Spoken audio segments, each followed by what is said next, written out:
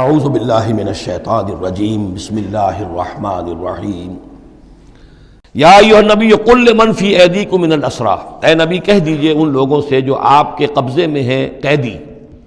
اب قیدیوں میں جان لیجئے حضرت عباس ابن عبد المطلب بھی تھے رضی اللہ عنہ، جو حضور کے چچا تھے۔ گمان غالب یہ ہے کہ وہ ایمان تو لا چکے تھے، اپنے ایمان کا اعلان نہیں کیا تھا،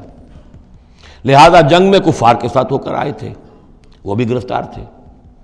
اور بھی کچھ لوگ تھے کہ جن کے بارے میں حضور جانتے تھے کہ یہ لوگ جو ہے اپنی دلی خواہش سے نہیں آئے ہیں، بلکہ یہ کہ اپنے سرداروں کے دباؤ کی وجہ سے آئے ہیں، لیکن قانون تو قانون ہے۔ تو اس طریقے کا معاملہ جب ہوا ہے، اور پھر حضور کے اپنے اقدامات، وہ قیدی ہیں ابو العاص،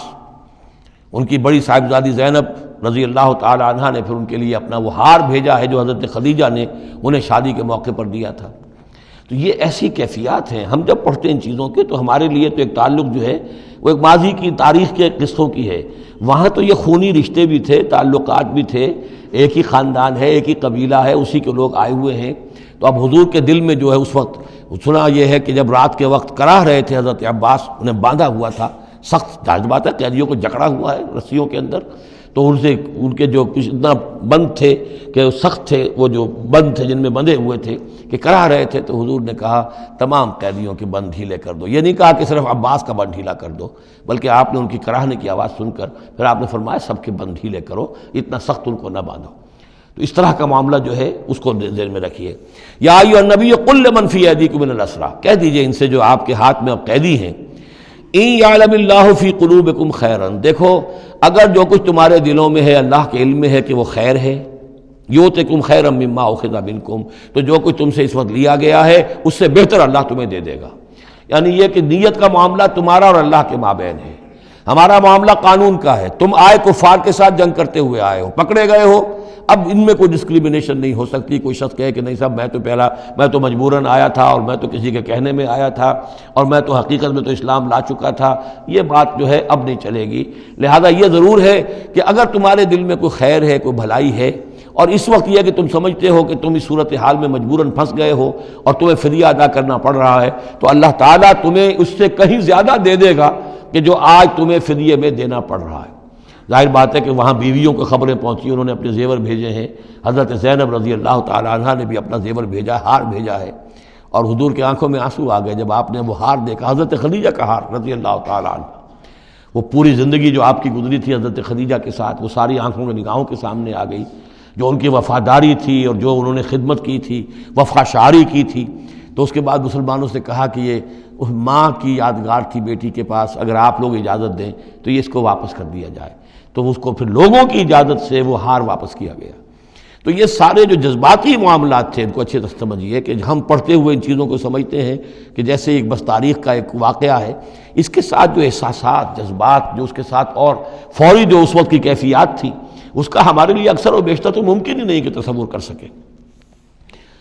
یا ایھا النبی قل لمن فی ایدیکم من الاسریٰ، اے نبی کہہ دیجئے ان لوگوں سے جو آپ لوگوں کے قبضے میں ہیں اس وقت ان قیدیوں میں سے، ان یعلم اللہ فی قلوبکم خیرا، اگر اللہ کے علم میں ہے کہ تمہارے دل میں خیر ہے، یؤتکم خیرا مما اخذ منکم، تو جو کچھ تم سے لیا گیا ہے اللہ اس سے بہتر تمہیں دے دے گا، ویغفر لکم، اور تمہیں بخش دے گا، واللہ غفور الرحیم، اور اللہ غفور الرحیم ہے۔ وَإِن يُرِيدُوا خِيَانَتَكَ، اور اگر یہ آپ سے خیانت کرنا چاہیں، جھوٹ بول رہے ہوں، جھوٹی قسمیں کھا رہے ہوں کہ ہمارے ساتھ تو معاملہ یوں ہو گیا تھا اور ایسے آ گئے تھے، فقد خانوا اللہ من قبل، تو پھر یہ پہلے اللہ سے بھی خیانتیں کرتے رہے ہیں، فامکنا منکم، اللہ تعالیٰ نے ان کو پکڑوا دیا، واللہ علیم حکیم، اللہ حکیم اور علیم ہے۔ اب یہ یوں سمجھیے کہ کنکلوڈنگ آیات ہے سورہ مبارکہ کی، ان الذین آمنوا وہاجروا وجاہدوا باموالہم وانفسہم فی سبیل اللہ والذین آووا ونصروا اولئک بعضهم اولیاء بعض، یقیناً وہ لوگ جو ایمان لائے اور جنہوں نے ہجرت کی اور جہاد کیا اپنے اموالوں اور جانوں کے ساتھ اللہ کی راہ میں، اور وہ لوگ جنہوں نے انہیں پناہ دی اور ان کی مدد کی، اولئک بعضهم اولیاء بعض، یہ وہ لوگ ہیں کہ جو ایک دوسرے کے ساتھی ہیں، رفیق ہیں۔ یہ آپ نے بات سمجھ لی۔ اس وقت تک مسلمان معاشرہ جو ہے یہ دو حصوں میں علیحدہ علیحدہ منقسم تھا، مہاجرین، انصار۔ اگرچہ مہاجرین اور انصار کو بھائی بھائی بنایا جا چکا تھا، لیکن ظاہر بات ہے کہ صرف اس طرح کے تعلق سے وہ پورا جو قبائلی نظام جو ہے وہ ایک دم تو تلپٹ نہیں ہو جاتا۔ تو اس وقت تک یہ صورتحال بھی یہ ہے کہ جو پہلے جو 8 مہمیں حضور نے بھیجی ہیں اس میں کسی انصاری کو شریک نہیں کیا،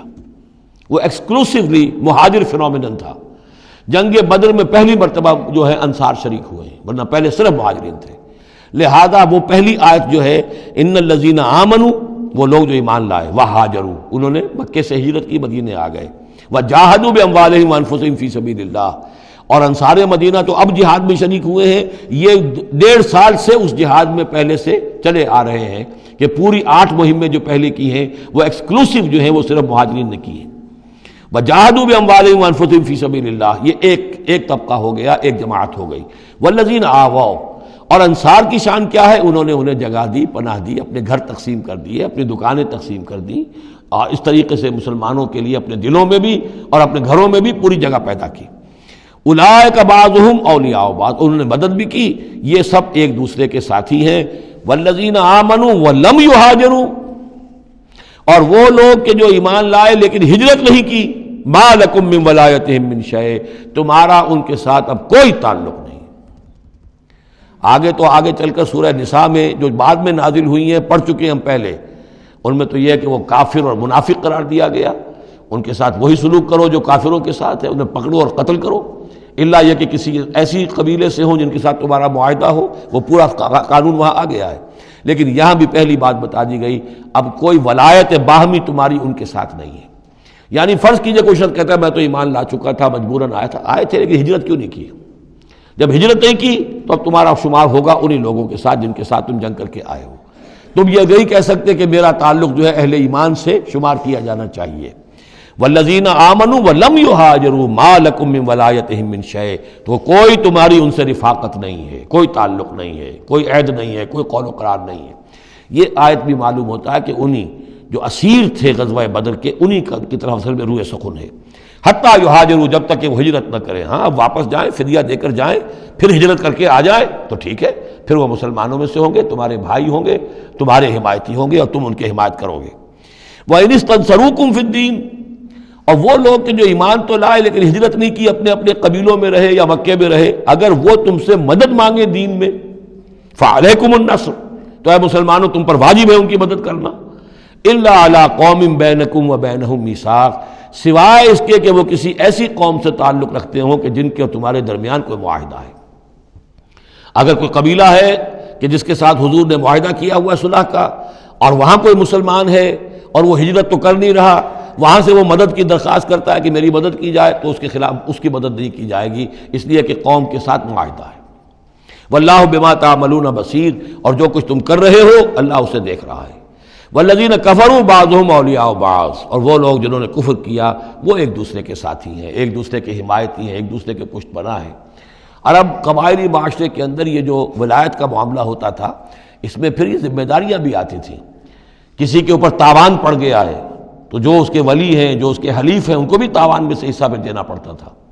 کوئی قیدی ہو گیا ہے، اسے کوئی فدیہ دینا ہے، تو جو اس کے حلیف ہیں، جب اس کے گھر والے بھی وہ فدیے کے لیے رقم جمع کریں گے تو وہ حلیف بھی اس کے اندر اپنا حصہ ڈالیں گے۔ تو یہ تو معاشرے کے اندر جو قبائلی معاشرہ ہوتا ہے یہ چیزیں ہوتی ہیں۔ تو یہاں فرما دیا گیا جو کافر ہیں وہ ایک دوسرے کے حلیف ہیں، جو اہل ایمان ہیں وہ ایک دوسرے کے حلیف ہیں، لیکن اہل ایمان میں سے جو ہجرت نہیں کرتے وہ اہل ایمان کے حلیف نہیں ہیں، بلکہ وہ تو انہی کافروں کے ساتھ شمار ہوگا ان کا جن کے ہاں وہ رہ رہے ہیں۔ البتہ یہ کہ اگر وہ مدد طلب کریں تمہیں مدد کرنی ہوگی، بشرطے کہ ان کے قبیلے سے تمہارا کوئی معاہدہ نہ ہو۔ الا تفعلوہ، اگر تم ان چیزوں کی پابندی نہ کرو، ایک مسلمان ہے وہاں سے اس نے خط لکھ دیا ہے کہ مجھے یہاں ستایا جا رہا ہے، حالانکہ اس قبیلے سے آپ کا معاہدہ اور آپ چڑھ دوڑے اس قبیلے کے اوپر، تو یہ معاملہ نہیں چلے گا دنیا کے اندر۔ ہر چیز کا ایک قاعدہ ہے، قانون ہے، اسے وہاں سے ہجرت کرنی چاہیے، یا ہجرت نہیں کر رہا ہے تو تکلیف جھیلنی چاہیے، برداشت کرنی چاہیے۔ مسلمان مدد نہیں کر سکتے چونکہ اس کے قبیلے سے مسلمانوں کا معاہدہ ہے۔ الا تفعلوہ، اگر یہ قواعد و ضوابط پیش نظر نہیں رکھو گے، ان کی پابندی نہیں کرو گے، تکن فتنۃ، تو پھر تو یہ ہے کہ فساد برپا ہو جائے گا، فتنہ پھیلے گا، فی الارض و فساد کبیر، اور بہت بڑی جو ہے بدامنی ہو جائے گی۔ صدق اللہ العظیم۔